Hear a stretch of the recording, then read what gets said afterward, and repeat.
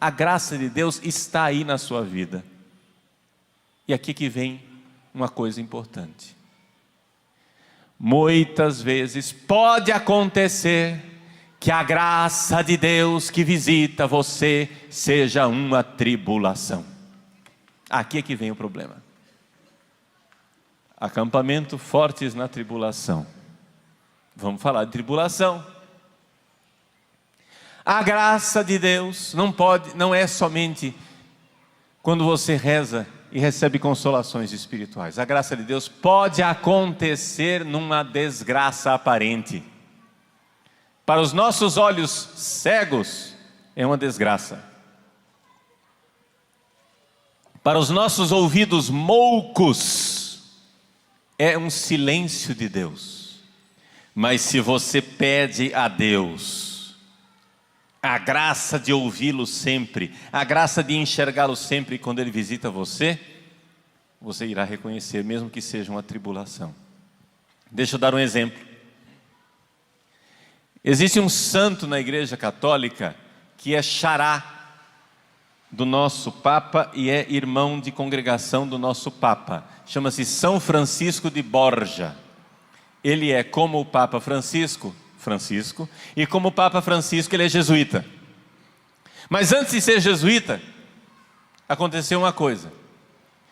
O Francisco, ele era um rapaz muito virtuoso. Ele foi parte da corte do imperador Carlos V. O imperador Carlos V era casado com uma rainha, uma imperatriz belíssima, portuguesa, chamada Isabel.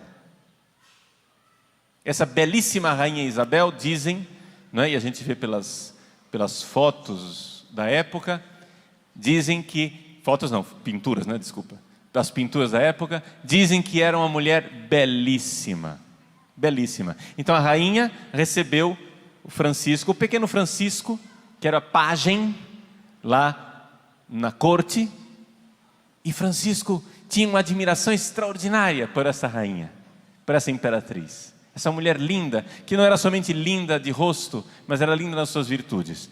E o pequeno Francisco foi crescendo. Quando ele então se casou, ele se casou aos 20 anos de idade com também uma dama da corte da rainha.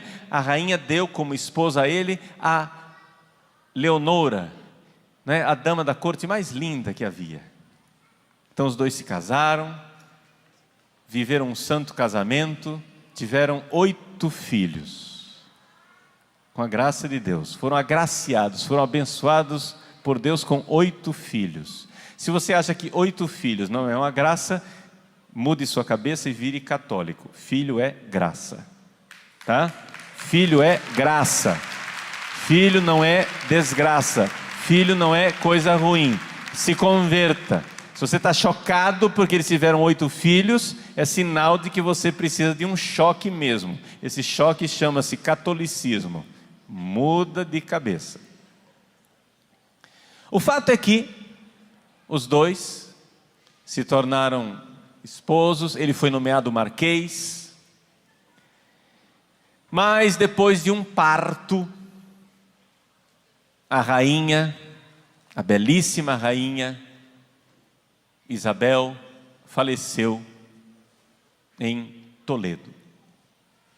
Depois do parto, não por causa do parto em si, mas é que ela teve o parto, a criança nasceu, etc. Mas depois do parto ela foi ficando doentinha e morreu. O imperador, então, confiou a Francisco e Leonora, o casal que era do coração da imperatriz, que somente ela, Leonora, poderia vestir o cadáver da imperatriz para prepará-la. E que Francisco deveria escoltar o cadáver da belíssima imperatriz até Granada, onde ela seria sepultada. Era verão, muito quente. Fizeram todo o cortejo fúnebre, quando finalmente o corpo da imperatriz ia ser sepultado, cabia a Francisco a graça, digamos assim, ou seja, a honra de reconhecer os espólios da imperatriz, reconhecer o corpo dela antes de ser sepultado, para dizer, é ela mesma, esse corpo aqui. Abriram o caixão. E ela estava tão decomposta, tão desfigurada,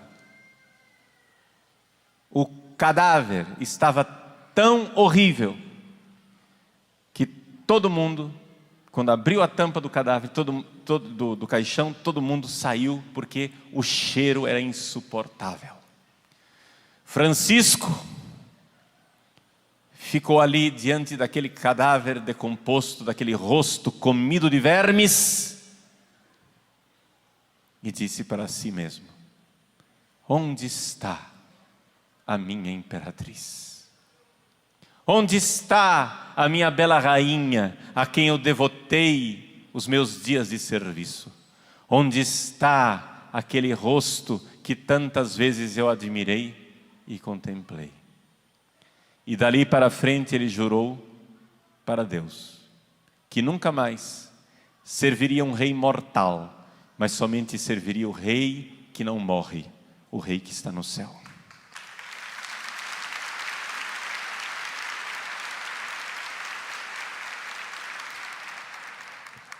Naquela época, Francisco e Leonora já haviam feito voto de castidade. Eles tinham tido 8 filhos. Ele tinha, não se espantem, ele não tinha ainda 30 anos. Ele não tinha ainda 30 anos e os dois já tinham feito voto de castidade. Tiveram 8 filhos, cumpriram sua missão, etc. Vamos agora viver para Deus. Fizeram voto de castidade. Dali a pouco, num prazo de 6 anos, ele, de marquês, passou para vice-rei da Catalunha. O pai dele morreu, ele tornou-se duque de Gandia. Quando ele estava no auge da sua carreira, fica viúvo. Leonora também morre. Ele já tinha os seus filhos encaminhados. Ele então resolve entrar para a companhia de Jesus, foi ordenado padre, tornou-se um grande santo e o terceiro responsável da companhia de Jesus. Essa é a história de São Francisco Borja. Resumidamente, tem muito mais história para contar. Mas eu gostaria de contar essa história, e quero contar essa história para que você enxergue que a tribulação pode ser uma graça. A morte da imperatriz foi para o rapaz Francisco, que já era santo, já era virtuoso, mas ele precisava de um impulso da graça. Ele precisava de um impulso da graça. Ele tinha uma carreira política, ele tinha uma carreira humana. Ele tinha como galgar na corte do imperador. Carlos V era o imperador que podia dizer que o sol nunca se punha no seu império, porque na África, na Ásia, ele tinha terras. Lá nas Filipinas, na Ásia e na América, o sol nunca se punha no império de Carlos V. Francisco Borja tinha uma carreira promissora nesse império. Ele, com 30 anos de idade, foi nomeado rei, vice-rei. Ele podia ser grandioso. Não servirei a um rei que morre. Vejam como a morte, que é uma desgraça, a morte que é uma coisa ruim, tornou-se o momento da graça. Nós pedimos a Deus o pão nosso de cada dia. Nós pedimos a Deus as graças necessárias para chegarmos no céu. Nós pedimos a Deus as graças para nós um dia chegarmos a contemplá-lo face a face no céu. Às vezes Deus ouve a nossa oração, mas nós não reconhecemos. Às vezes Deus permite que a morte, a dor, a tribulação sejam a misericórdia que bate à sua porta. Meus irmãos, a misericórdia de Deus é como uma árvore. Essa árvore ela tem vários galhos, mas alguns galhos a gente não quer reconhecer. É por misericórdia de Deus que eu existo, é por misericórdia de Deus que eu recebo o perdão dos pecados, é por misericórdia de Deus que eu tenho os sacramentos, a fé, a igreja, as virtudes, é por misericórdia de Deus que eu tenho o alimento, a vida, o ar para respirar, a natureza belíssima para contemplar, é por misericórdia de Deus que eu tenho tudo, mas é também por misericórdia de Deus que nós somos castigados. Nossa, padre, que é isso? Deus castiga? Mas padre, Deus é amor? Deus é misericórdia? E eu digo, é verdade, Deus é amor e misericórdia, mas exatamente porque é amor e misericórdia, Ele castiga. Quem é pai ou mãe aqui, levanta a mão. Você já colocou o seu filho de castigo? Porque você odeia seu filho. Por que você colocou seu filho de castigo? Ó mãe malvada, ó pai cruel, porque você o odeia? Não. E se seu filho fizer bico e disser, eu estou com raiva de você, eu não quero saber de você, eu não amo mais você, você vai tirar o castigo? Não, porque você ama, mesmo quando o seu filho não compreende o seu amor. A tribulação pode ser um momento da graça de Deus visitando a sua vida.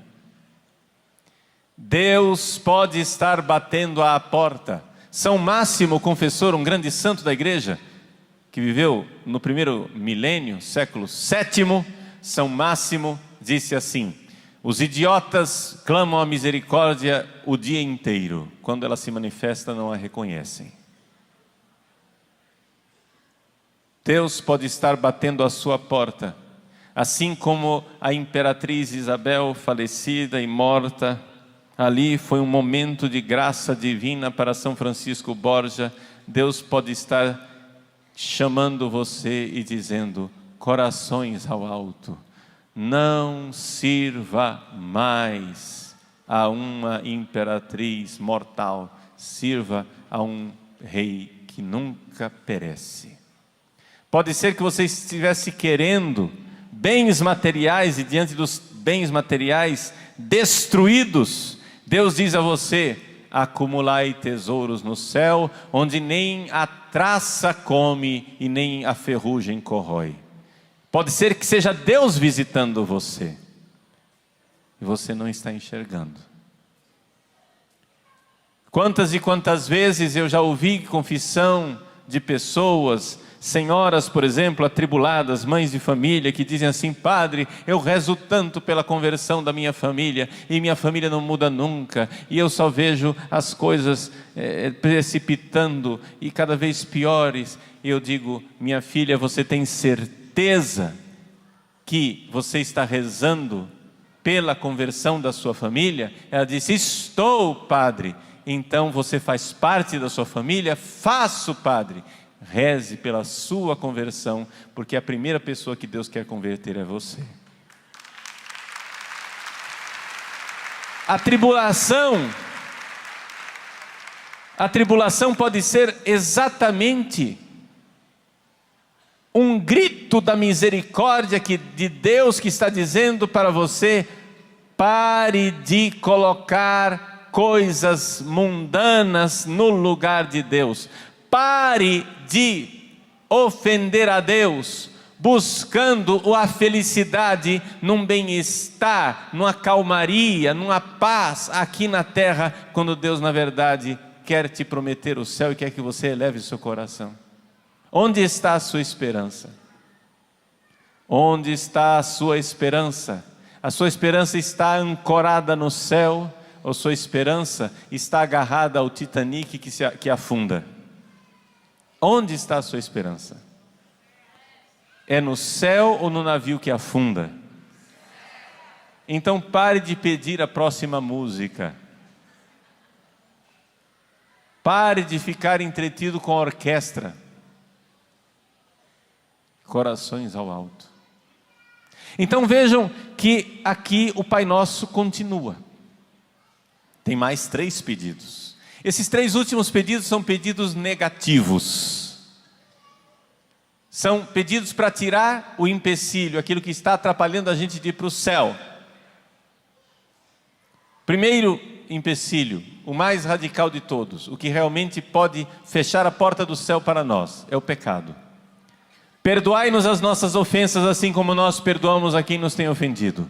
Que Deus nos livre do pecado, porque o pecado é a única coisa que realmente pode fechar a porta do céu para nós.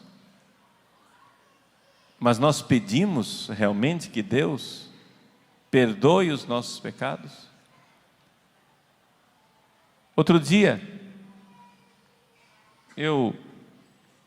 acontece às vezes, dá aquele no meio da noite, dá um clique assim, você acorda, 3:30 da manhã, e agora? O sono foi embora, o que é que eu vou fazer? Então, tomei banho, comi uma coisinha na cozinha. Foi aqui na casa do Monsenhor Jonas, esses dias agora. Fui à cozinha, assaltei a geladeira, comi alguma coisinha, voltei para o quarto, fui rezar. E eu então comecei a colocar a minha vida diante de Deus desde a minha infância. Das vezes que eu ofendia a Deus, fui pedindo perdão. Aí alguém vai chegar e dizer assim: mas padre, esses pecados já foram perdoados, o senhor não precisa ficar revirando eles. Mas eu não estava revirando pecado com complexo de culpa, eu estava amando a Deus, agradecendo a Ele o quanto Ele me perdoou. Porque a gente se esquece de agradecer a Deus todas as maravilhas que Ele nos perdoou. E eu comecei a contar para Deus os pecados e cantar as maravilhas de Deus, da misericórdia e da bondade, do quanto Ele me perdoou. Amanheceu o dia e eu ainda estava lá nos 11 anos de idade. Ficou para rezar o resto da oração outro dia.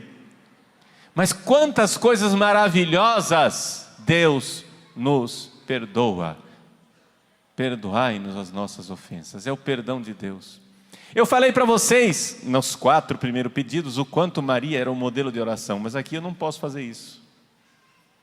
Por quê? Porque nesse 5º pedido, Maria não rezava o Pai Nosso. Por quê? Porque ela não podia dizer perdoai-nos as nossas ofensas, porque ela nunca ofendeu a Deus. Está entendendo? Nem Jesus e nem Maria rezam o Pai Nosso. Não do jeito que a gente reza. Que é isso, padre? Mas Jesus disse, Pai Nosso. Sim, Ele disse, quando orardes, vós dizei, Pai Nosso que estais no céu. Vós, vocês digam. Perdoai-nos as nossas ofensas. Maria não diz perdoai-nos as nossas ofensas. Maria diz, perdoai, Senhor, as ofensas deles. Como Jesus na cruz, Pai, perdoa-os, eles não sabem o que fazem. Esse é o Pai Nosso de Jesus. Ele pede perdão pelos nossos pecados. Ele pede para que Deus não considere os nossos pecados. Então Nossa Senhora reza conosco, mas de um jeito diferente. Ela pede a Deus o perdão dos meus pecados. Minha Mãe do céu, ajudai-me a pedir o perdão dos meus pecados. Segundo obstáculo e empecilho para a gente chegar lá no céu é a tentação. Tem muita gente que diz assim, ai, meu Deus, que não haja tentações na minha vida. Tempo perdido. Para de pedir essa bobagem. Se você está pedindo para não ter tentações, está gastando saliva à toa. Deus não vai ouvir essa oração. Deus ensinou a gente não ter tentações. Ensinou a não nos deixeis cair em tentação. Ou seja, que a tentação vai haver, mas que a gente não caia. E por que é que Deus permite a tentação, padre? Chegamos ao coração do nosso acampamento. A palavra tentação, peirasmos, tem um outro sinônimo também, muitas vezes, no dia a dia da vida, que é a tribulação, tlipsis.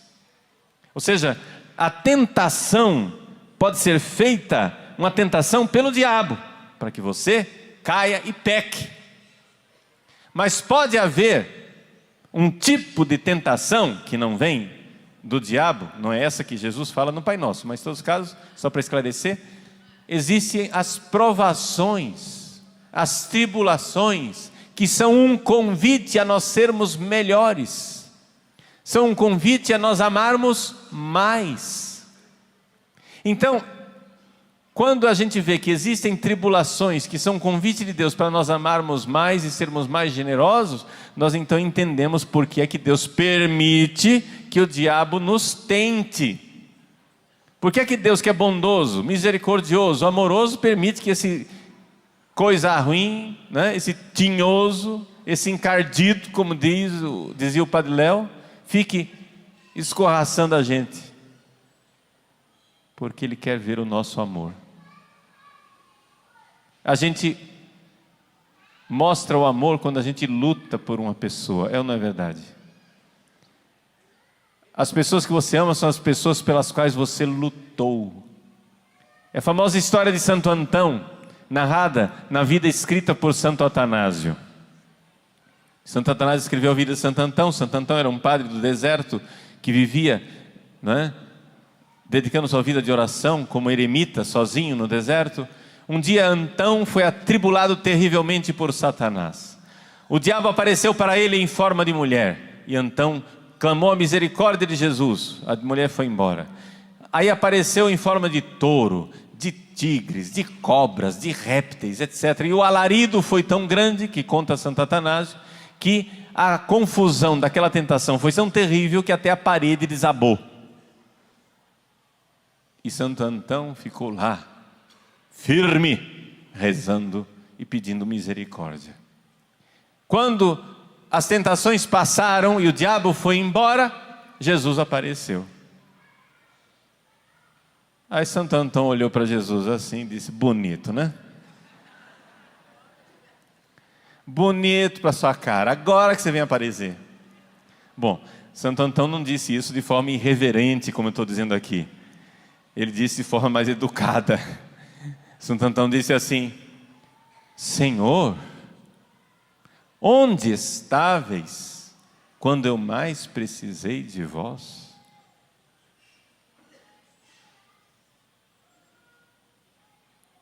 Eis aí, onde está Deus no momento da tribulação?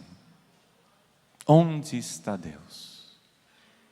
Ubi es Deus tuus, diz o Salmo. Onde está o teu Deus? Dizem os ímpios, na hora que nós estamos no chão, na hora que nós estamos derrubados. Onde está o teu Deus?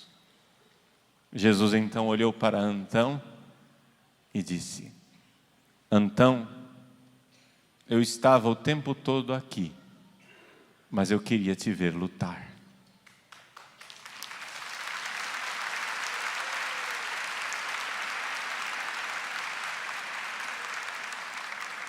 Deus quer o nosso amor.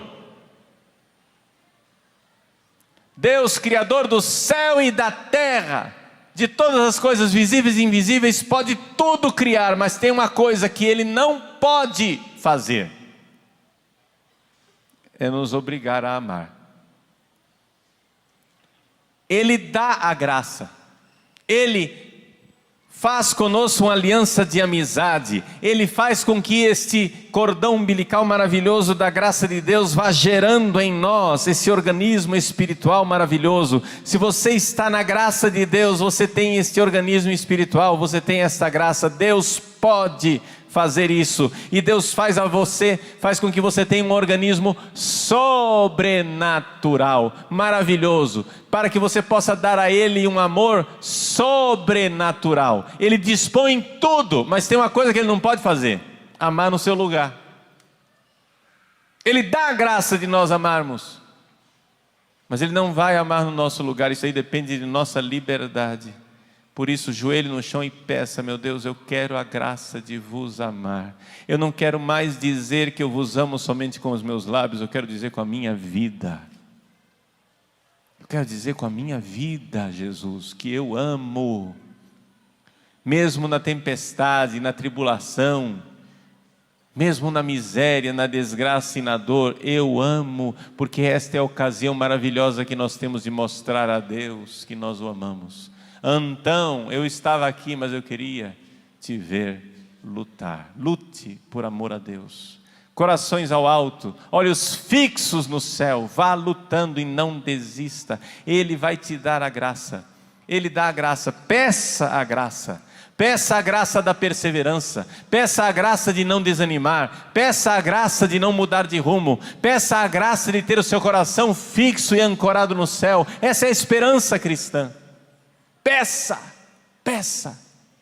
Ele atende, porque Ele prometeu. Vejam, a esperança cristã é uma graça de Deus que vem no nosso coração e coloca no nosso coração a firme confiança na promessa da vida eterna e nos meios necessários para alcançá-la. Então veja só, eu sei, Ele me dará os meios para alcançar a vida eterna. E o que é necessário para alcançar a vida eterna? Antes de tudo e primeira coisa, o amor.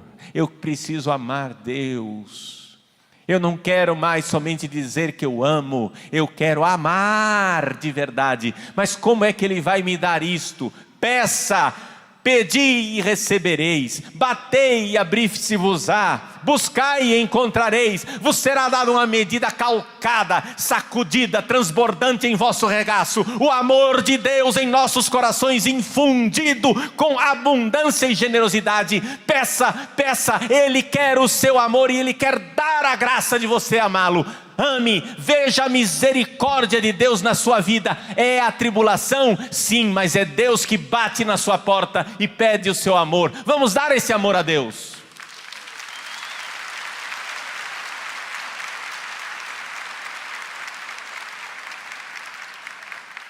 Todos os grandes santos e santas de Deus viveram um momento de túnel escuro. Todos os grandes santos e santas de Deus, seguindo o modelo que é Maria, viveram o sábado santo, o momento da solidão terrível e avassaladora, em que parecia que a fé havia desaparecido do meio da terra. E aí Maria é nosso modelo. Ela que não se deixou abalar pelas tentações demoníacas, ela que não tergiversou, ela que não perdeu a esperança, ela que não se abalou, ela é verdadeiramente a nossa esperança. Spes nostra salve, nossa esperança, ela é verdadeiramente a mãe da esperança. Quando Cabral entrou nas suas caravelas, lá em Portugal, o rei,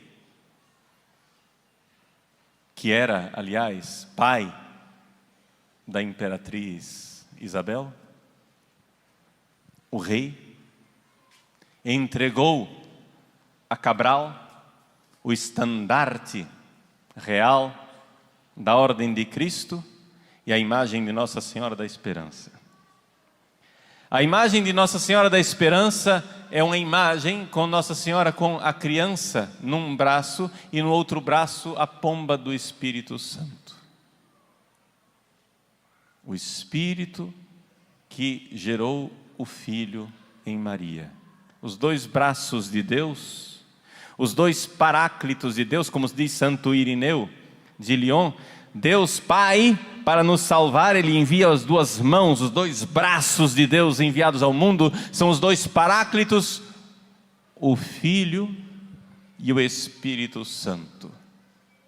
Maria, a mãe da esperança, tem nos braços os dois paráclitos, os dois intercessores, os dois defensores, os dois advogados, Jesus e o Espírito Santo.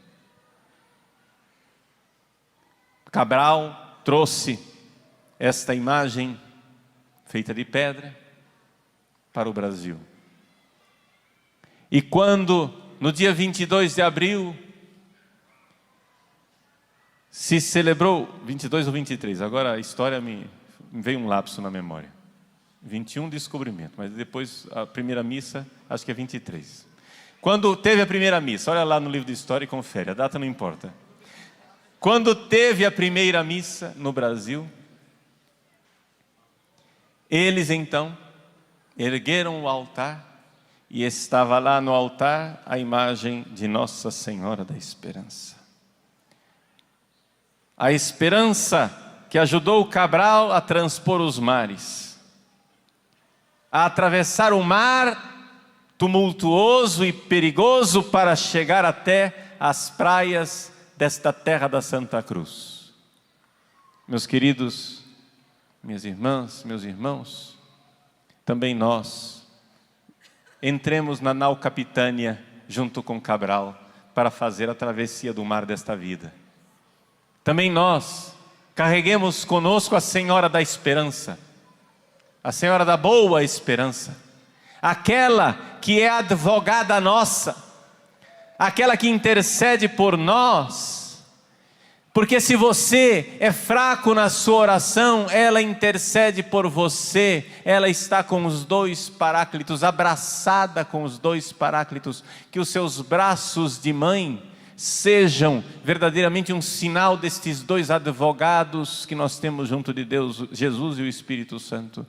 Deixe-se abraçar por Nossa Senhora, deixe-se abraçar pela Mãe da Esperança, deixe-se abraçar quando toda a esperança humana tiver desaparecido, quando até aquela pequena mecha que fumegava desapareceu debaixo de um balde de água fria, quando você já nada espera, saiba, ela espera contra toda a esperança, ela é a Virgem da Boa Esperança, ela não deixa você jamais, está com você no mais fundo do abismo e da escuridão da sua vida.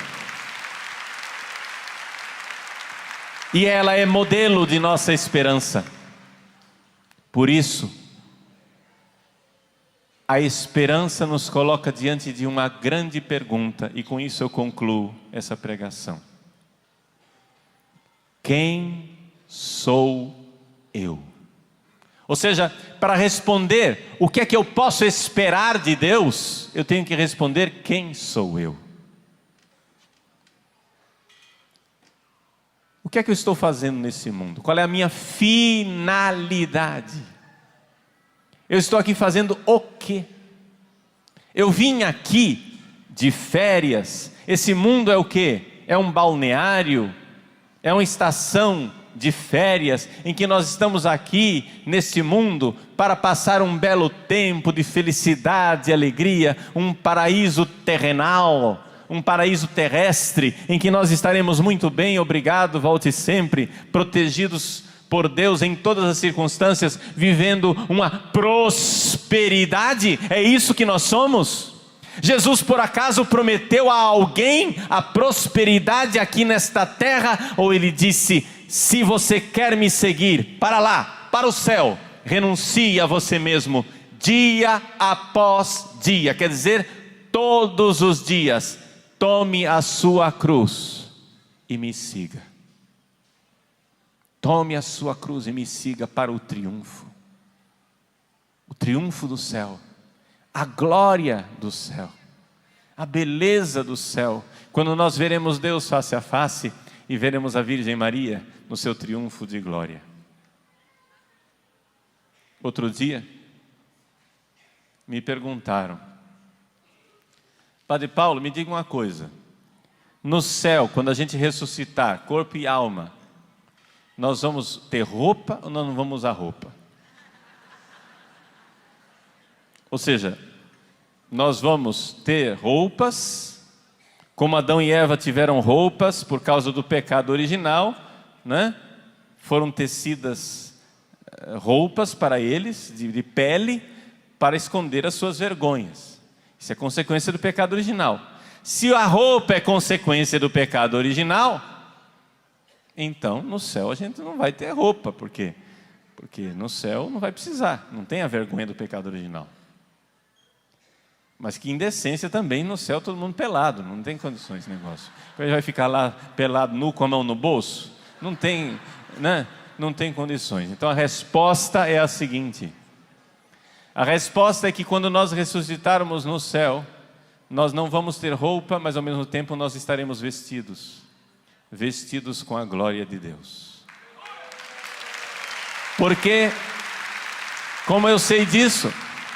Eu sei disso porque existe uma mulher ressuscitada, e o nome dela é Maria. E quando ela apareceu ressuscitada no Apocalipse número 12, capítulo 12, está escrito: eu vi no céu um grande sinal, uma mulher vestida de sol, vestida com a glória de Deus. Nós queremos um dia ver Maria no céu, na sua glória. Essa é a nossa esperança, que nós contemplemos a Virgem na sua glória, na sua graça.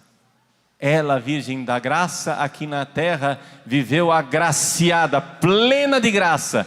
Já que a graça é a glória no exílio, lá no céu ela está plena de glória. Se Deus reuniu todas as águas e fez o mar, e reuniu todas as graças e fez Maria, então no céu, quando estas graças reunidas se encontram no seu lugar e em casa, no céu nós podemos dizer que Maria está cheia de glória. Ela tem todas as glórias no céu. Meus irmãos, que alegria saber que nós estaremos com ela. Que alegria poder dizer e cantar aquela música que nós cantávamos em nossa infância. Com minha mãe estarei